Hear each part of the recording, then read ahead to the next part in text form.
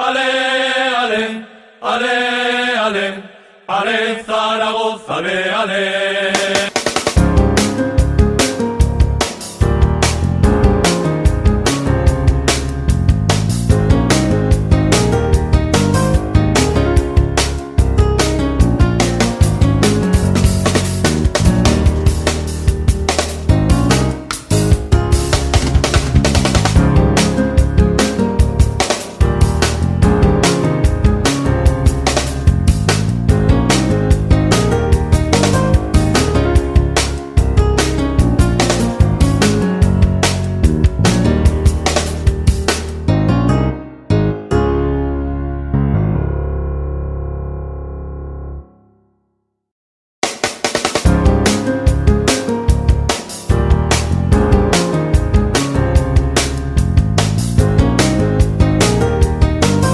Después de sumar un punto en las 3 primeras jornadas, como se afronta el partido del domingo en Alcorcón.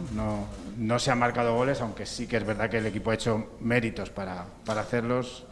¿Empieza ya la palabra urgencias o prefieres no caer en ese término? No, si más allá de urgencias, las ganas de ganar, de romper una racha de no victorias.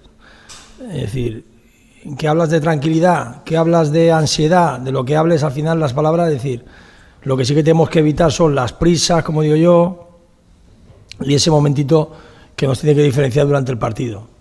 Somos conscientes que el Alcorcón también no está tampoco en el inicio, porque a mí me ha parecido los partidos que ha jugado más con el Málaga y Fuenlabrada, que los he visto más de lo que han logrado también.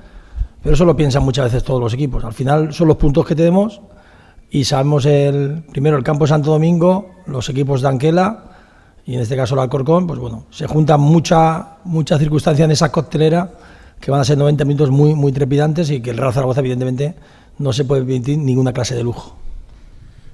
Acabó el